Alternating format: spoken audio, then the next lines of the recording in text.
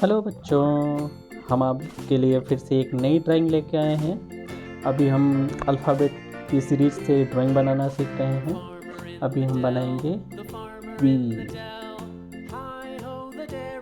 ये मेरा थोड़ा मार्कर चल नहीं रहा, फिर से चलाते हैं इसको। बी। अभी हम बी लेटर से एक आपको अच्छे से ड्राइंग बना के दिखाएंगे। अभी बी फॉर बर्ड बनाएंगे हम। क्या बनाएंगे बच्चों? बर्ड।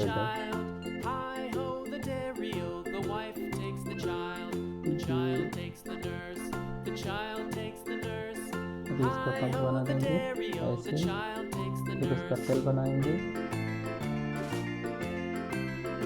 ऐसे, इसका टेल बन गया। अभी इसकी आई बनाएंगे। अभी बर्ड का मुंह बनाएंगे।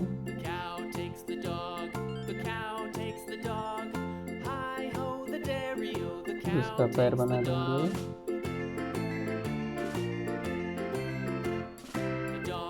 बच्चों हमारा मार्कर थोड़ा सा चलेगा।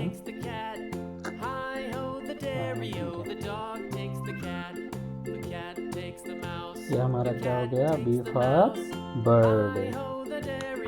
ओके बच्चों।